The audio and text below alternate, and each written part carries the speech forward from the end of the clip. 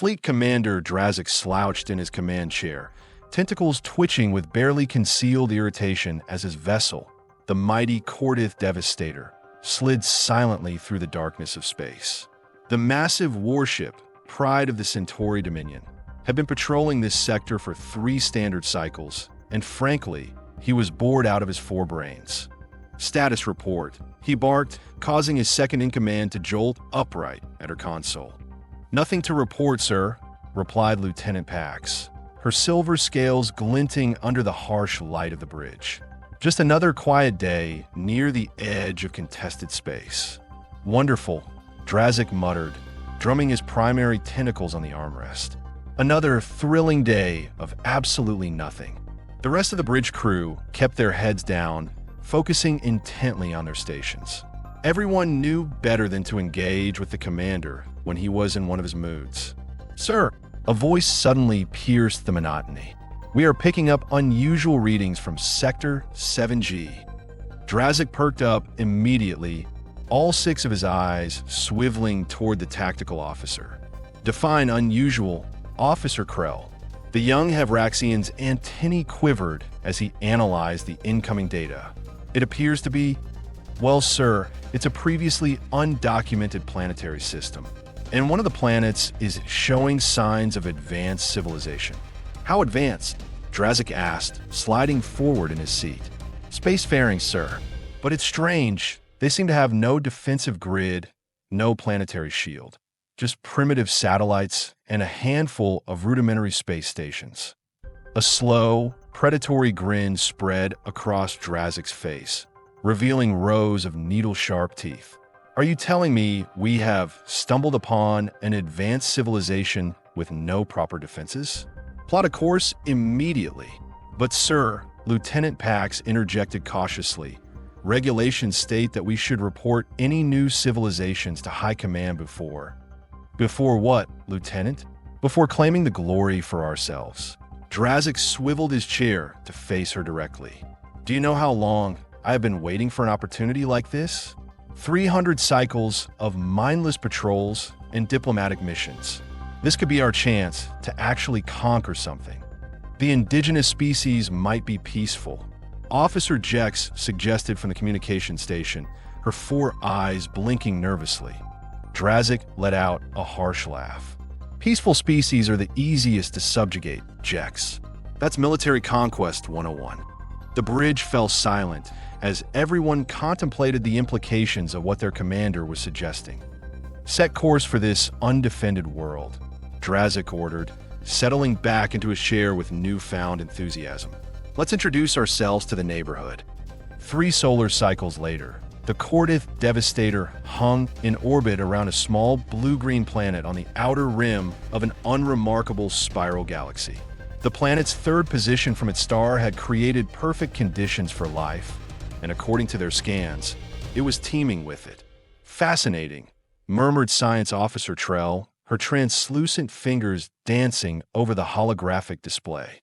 "They call it Earth and themselves humans. They have only achieved rudimentary space travel, but have advanced communications technology and nuclear capabilities." "Nuclear?" Drazak perked up. "So they're not completely defenseless. By our standards, they might as well be throwing rocks," Tactical Officer Krell snorted. "Their nuclear weapons couldn't even penetrate our secondary shields." Drazak nodded thoughtfully. "What about their governmental structure? Military capabilities?" "That's the strange part," Trell replied, frowning at her readings. "They're divided into numerous nation-states, constantly arguing with each other. Their military forces are similarly fragmented. It's a wonder they function at all." Lieutenant Pax approached with a data tablet. "Sir, I've been intercepting their communications. It seems they haven't even detected our presence yet. Their observation technology is primitive. So," Drazak said, leaning forward eagerly, "we have a divided planet with minimal defenses and no awareness of interstellar threats." He paused dramatically. "It's like finding an unguarded treasury." "Commander," Lieutenant Pax said hesitantly, "doesn't this seem suspicious to you? An advanced civilization in this sector of space, completely unaligned with any major power? No defensibility? No detection array? What are you suggesting, Lieutenant? That it's a trap? Drazak laughed dismissively. Who would set such an elaborate trap? The Galactic Confederation doesn't operate this far out, and the Proxima Alliance has their tentacles full with the border disputes near Sagittarius. I'm just saying, sir, that in my experience, when something looks too good to be true, it usually is. Drazak finished for her, waving a tentacle impatiently. Your caution is noted, Lieutenant. But this is clearly just an isolated backwater civilization ripe for the taking. He rose from his command chair, gesturing grandly toward the view screen showing the blue planet below. Just think of the commendation from High Command when we return with a new world for the Dominion. Promotions all around. The bridge crew exchanged uncertain glances, but no one dared contradict their commander further. Prepare a scouting party, Drazak ordered. I want boots on the ground within the next rotation. Let's see what these humans are really made of. You want to go down there? Scout leader Vex asked incredulously, her copper-toned exoskeleton clicking nervously. To a planet we know nothing about. That's what scouts do, Vex, Drazak replied dryly. They scout. They stood in the deployment bay, surrounded by the rest of the scouting team. 6 of the Dominion's finest infiltration specialists, each equipped with the latest in cloaking technology and adaptive camouflage. But sir, Vex persisted, we haven't even completed basic xenobiological scans. For all we know, the atmosphere could be toxic, or the science division assures me it's perfectly breathable, Drazak interrupted. Nitrogen-oxygen mix, just like half the habitable planets in the galaxy. You'll be fine. What about pathogens? Cultural hazards? Indigenous predators? Drazak sighed heavily. This is why you're taking a full team with comprehensive sampling equipment. Your mission is simple. Land discreetly, gather intelligence on their defenses and societal structure. In return, no contact with the natives. And if we are discovered, asked Mord, a burly Trachean whose thick hide bore the scars of many previous missions. Use non-lethal measures, Drazak instructed. We are not barbarians. We are just here to evaluate whether this planet is worth conquering. That's reassuring, Vex muttered under her breath. You leave in 1 hour, Drazak concluded. Choose your landing site carefully. Based on their communications, there are heavily populated areas you should avoid. As the commander strode out of the deployment bay, Vex turned to her team. Well, you heard him. We are going to an unknown planet to spy on potentially hostile aliens because the commander's bored. Any questions? Just one, replied Technician Zorn, adjusting his sensory apparatus. Why do I get the feeling we are making a terrible mistake? Vex's mandibles clicked in what passed for a smile among her species. Because you're smarter than our commander. Now gear up. Let's try not to start an interplanetary incident today. The scouting vessel descended through Earth's atmosphere under the cover of night, its advanced cloaking technology rendering it invisible to the primitive radar systems scanning the skies. They had chosen a remote landing site, a forested area far from major population centers, but close enough to observe human activity. Atmospheric composition confirmed safe, Technician Zorn announced as they touched down in a small clearing. Gravity slightly stronger than shipboard standard, but within tolerable parameters. Vex nodded, double-checking her equipment. Remember, full stealth protocols. Adaptive camouflage active at all times. No interaction with the indigenous life forms. The team disembarked cautiously, their forms shimmering as the camouflage technology adjusted to their surroundings. The forest around them was unlike anything they had seen before. Organic life growing directly from the soil rather than in the carefully controlled biodomes they were accustomed to. It's beautiful, breathed specialist Dara, the team's biologist. Her sensor array was already collecting data on the local flora and fauna. So chaotic, yet harmonious. Stay focused, Vex reminded her. We need to locate a human settlement for observation. According to their scans, there was a small town approximately 3 kilometers to the east. The team moved silently through the forest, their specialized training allowing them to navigate the unfamiliar terrain with minimal disturbance. As they neared the edge of the tree line, they caught their first glimpse of human civilization.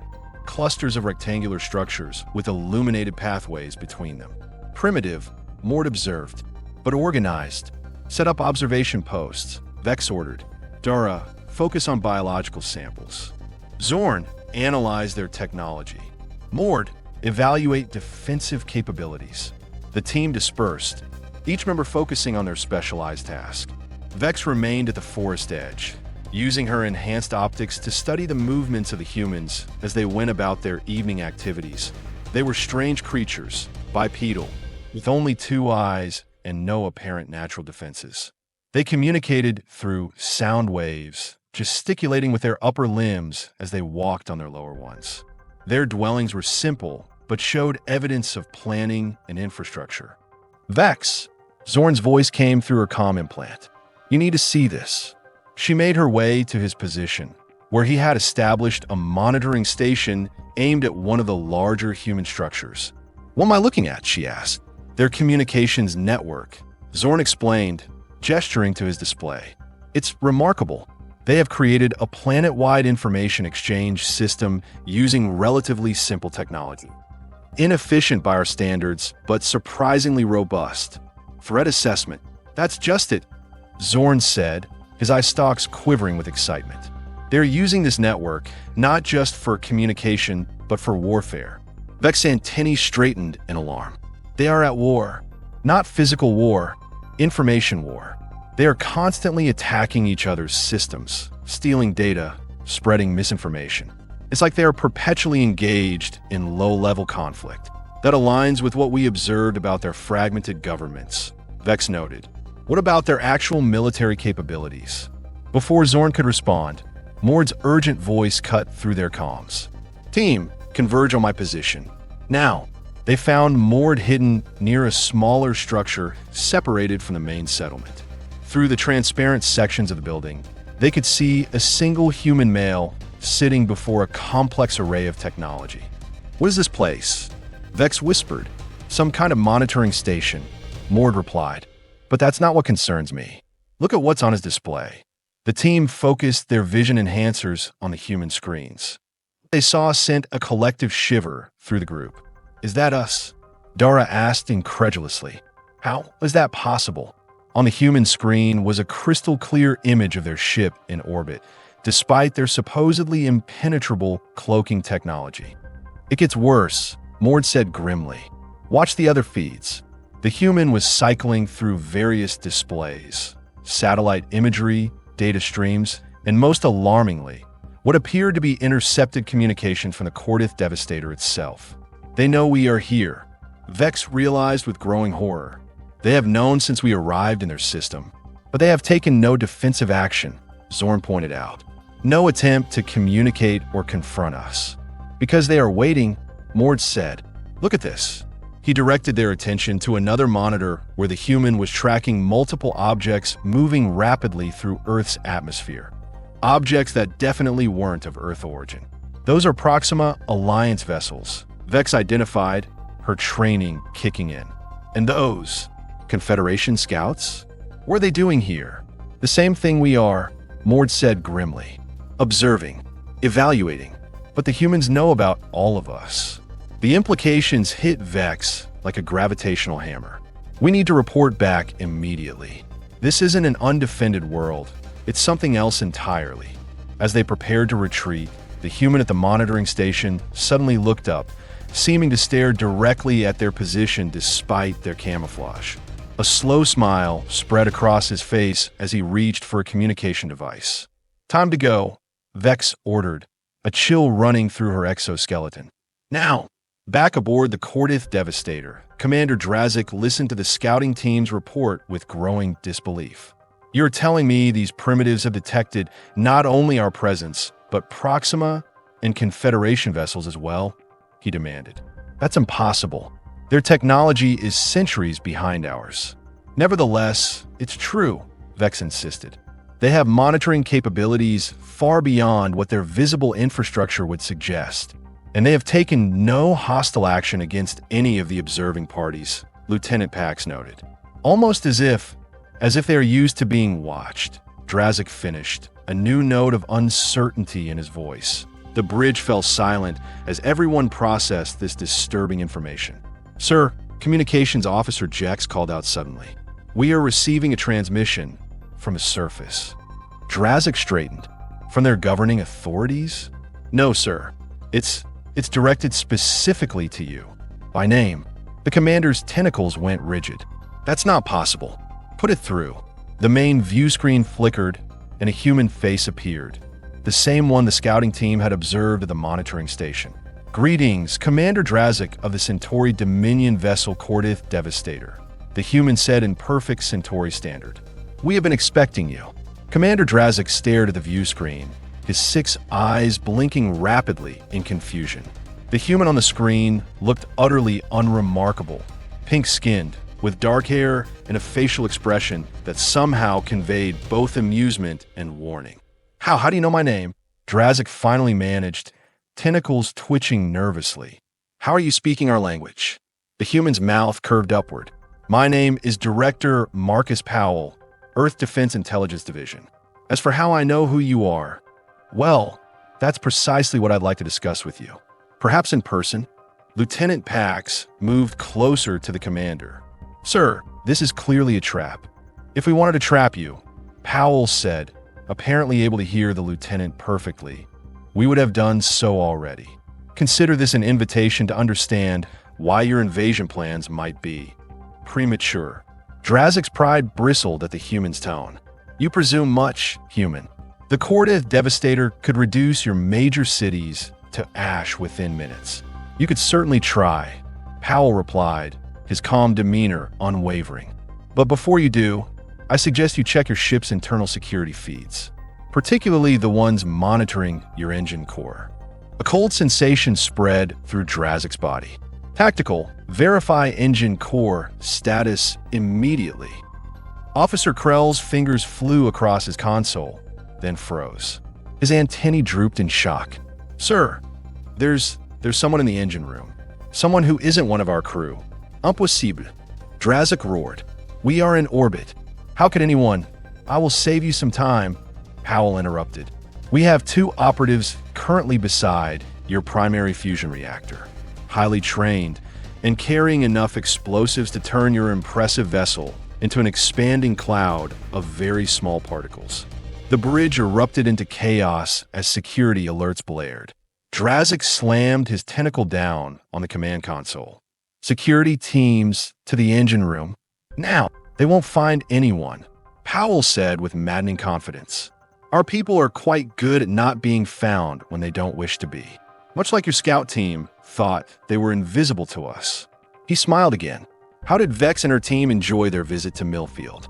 Lovely forest we have there, don't you think?" Drazak felt a surge of genuine fear. How could this primitive possibly know the scout leader's name? "What do you want?" he demanded. "As I said, a conversation. Face to face. I promise safe passage for you and 2 officers of your choosing. We have much to discuss about Earth's place in the galactic community and why certain misconceptions about us are deliberately maintained."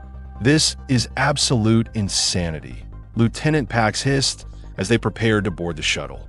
"We are walking directly into their hands." Drazak adjusted his ceremonial armor, trying to project confidence he no longer felt. "Do you have a better suggestion, Lieutenant?" "Their operatives, whoever and whatever they are, managed to infiltrate our supposedly impenetrable vessel.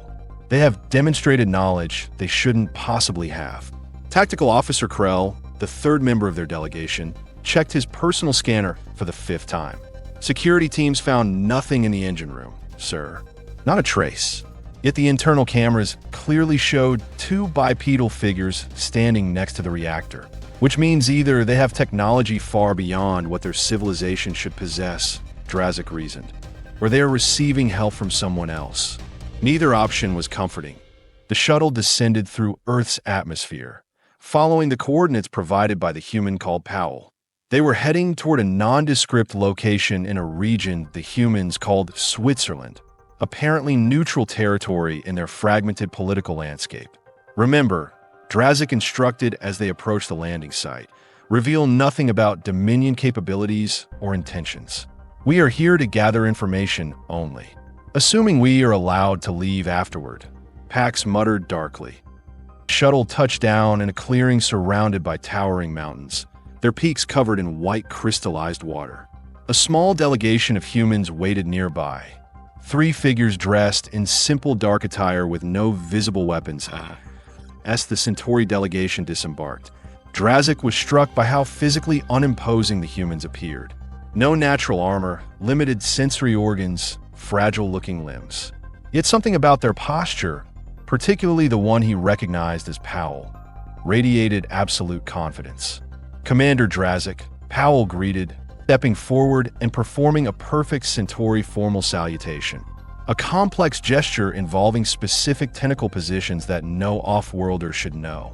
"Welcome to Earth." Drazak didn't bother hiding his shock. "You continue to surprise, human. That's rather the point of this meeting," Powell replied. "Please follow me." They were led to what appeared to be a simple structure built into the mountainside. Once inside, however, it became clear this was merely the entrance to a vast underground complex. Elevators carried them deep beneath the surface, finally opening into a cavernous command center humming with advanced technology.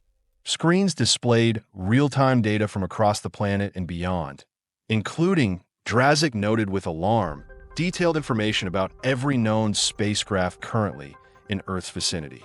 The Cordath Devastator featured prominently, along with what appeared to be the Proxima and Confederation vessels previously mentioned. "Impressive for a species that hasn't even colonized their own moon," Krell whispered, his professional assessment temporarily overriding his concern. Powell led them to a conference room where refreshments suitable for Centauri physiology waited. Another impossibility that went unexplained. "I will be direct, Commander," Powell began once they were seated. "You came here believing Earth was an easy target, an advanced but defenseless civilization ripe for conquest. This was not accidental. It's precisely what we want potential aggressors to think. You're claiming your apparent vulnerability is deliberate." Pax asked skeptically. Powell nodded. "For the past 70 Earth years, ever since we split the atom and caught the attention of the galactic community, we have maintained what we call strategic defenselessness." "That makes no tactical sense," Krell objected. "On the contrary," said one of Powell's colleagues, a woman with dark skin and sharp eyes. "It makes perfect sense when you are surrounded by multiple competing interstellar powers, each with technology centuries beyond your own. Allow me to introduce Dr. Amara Singh, our xenopolitical strategist," Powell said. Dr. Singh continued, "When a previously isolated species suddenly finds itself in a galaxy of ancient civilizations, traditional defense strategies become obsolete. Building planetary shields or space navies would take decades we don't have, and would only mark us as a potential threat to be eliminated preemptively. So instead," Powell picked up, "we developed alternative approaches. Tell me, Commander, have you heard of the Hecary Outpost?" Drazak stiffened. The Hecary Outpost had been a Dominion forward base near the Proxima border, until it mysteriously exploded 3 cycles ago, killing everyone aboard. The official investigation concluded it was a reactor malfunction, but rumors persisted of infiltration by unknown agents. "What about the Confederation's lost diplomatic vessel, the Luminous Journey?" Powell continued, his gaze unwavering. "Or the unexplained data breach in the Proxima Alliance Central Archives?" Each incident he named sent another chill through Drazak. These were classified events, known only to high-level military personnel across different galactic powers. "What are you saying?" Drazak asked, though he was beginning to understand. "We are saying that Earth adopted the only strategy available to us," Dr. Singh explained. "Instead of building obvious defenses, we focused on infiltration, intelligence gathering, and targeted intervention capabilities. But that's," Pax began. "Impossible," Powell finished for her. "For primitive species like us, that's exactly what everyone is supposed to think. It's why we maintain our fragmented appearance, our seemingly rudimentary space program, our quaint satellites, all while operating the most extensive intelligence network in this sector of the galaxy. You expect us to believe humans accomplished this alone?" Krell challenged, "a species that only achieved spaceflight within the last century." Powell and Singh exchanged glances. No, Powell admitted. We had help from the Guardians. The temperature in the room seemed to drop several degrees. The Guardians were nearly mythical, an ancient species said to monitor galactic development from the shadows, intervening only when absolutely necessary to prevent catastrophic conflicts. The Guardians are a legend, Drazak scoffed, though without much conviction. Are they?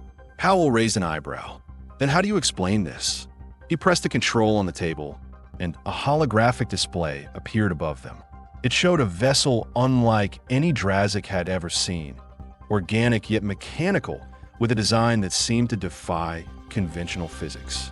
70 years ago, this ship landed on Earth shortly after our first nuclear detonation, Powell explained.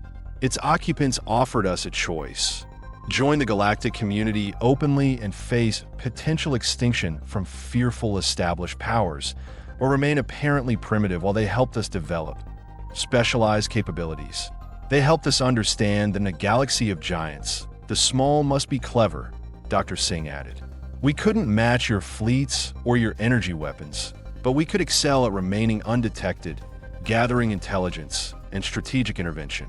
With their guidance, we have established networks within every major power, Powell continued. We know their strengths, their weaknesses, their plans. And when necessary, we can influence events to maintain galactic stability and Earth safety. Drazak's mind raced as pieces fell into place.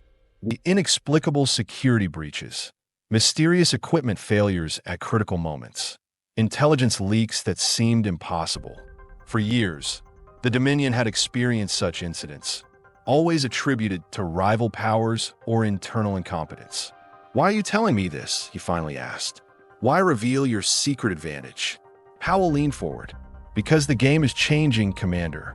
The Guardians have informed us that greater threats are emerging from beyond the known galaxy. Threats that will require cooperation rather than competition among our civilizations. We are authorized to begin selective disclosure, Dr. Singh explained, starting with powers that have shown potential for partnership rather than pure conquest. Despite your initial intentions here, Powell added with a knowing look, the Dominion has a reputation for assimilation rather than annihilation. You incorporate rather than destroy. And how do I know this isn't an elaborate bluff? Drazak challenged. A primitive species spinning tales to save itself. Powell smiled. A fair question, which is why we have prepared a demonstration. He tapped another control, and a wall panel slid open. Standing there were two humans, unremarkable except for their eyes, which held a depth and awareness that seemed almost familiar to Drazak. May I present operatives Blake and Vasquez, Powell said. The two individuals who visited your engine room earlier today. Krell immediately raised his scanner. Impossible. These are ordinary humans. No special technology, no. Want to check again, said the one called Blake, his voice carrying an odd resonance. Before their eyes, the two humans shifted. Their forms blurred momentarily, and suddenly they weren't entirely human anymore. Their features remained the same, but their skin now had a subtle luminescence, and their eyes contained galaxies. Guardian hybrids, Pax whispered in awe. The legend said they could walk among other species undetected, but I never believed, not hybrids, Vasquez corrected. Adapta humans. The Guardians didn't change our DNA. They awakened potentials that already existed within it. A fraction of our population has the capacity for these enhancements, Powell explained. They serve as our primary operatives in situations requiring direct intervention, like planting explosives on enemy vessels. Drazak asked dryly. Blake smiled. There were never any explosives, Commander. Just a convincing illusion planted directly in your ship's monitoring systems and in the minds of your bridge crew. Perception manipulation is one of our specialties. Drazak felt the deck shifting beneath him, metaphorically and almost literally. Everything he thought he knew about galactic power dynamics was being rewritten in a single conversation. So Earth maintains the appearance of vulnerability. He began, while actually being one of the most secure planets in the sector, Powell confirmed. Not through shields or weapons, but through information and influence. We know when threats are coming. We know how to neutralize them discreetly. And now, we need allies who understand the greater picture. And what picture is that exactly? Pax asked the doctor. Singh's expression grew grave. The Guardians believe a species from intergalactic space will make contact within the next decade. A species with technology that dwarfs even theirs. We need to prepare a unified response. Why should the Dominion align with Earth rather than directly with these Guardians? Krell questioned. Because the Guardians are few, and their direct intervention is limited by ancient protocols, Powell explained. But they have invested heavily in humanity's development as their proxies.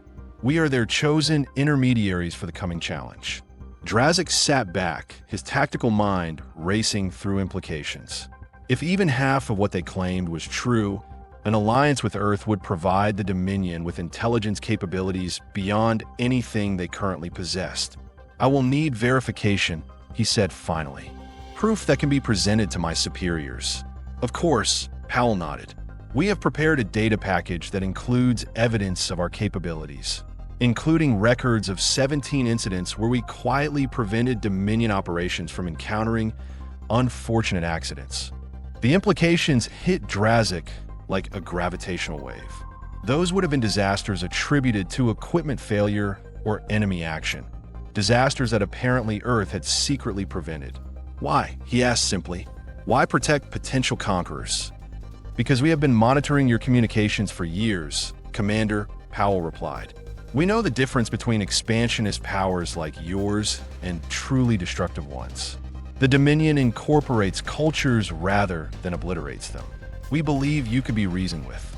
And if we had opened fire rather than accepting your invitation to talk, Drazak couldn't help asking. The room fell silent for a moment. Let's just say your ship would have experienced a catastrophic navigation system failure, Blake said quietly, resulting in an unfortunate collision with one of our gas giants. A tragic accident that would have warned others away from similar aggression. Despite himself, Drazak felt a new emotion surfacing, something approaching respect. These humans had taken their apparent weakness and transformed it into a different kind of strength altogether.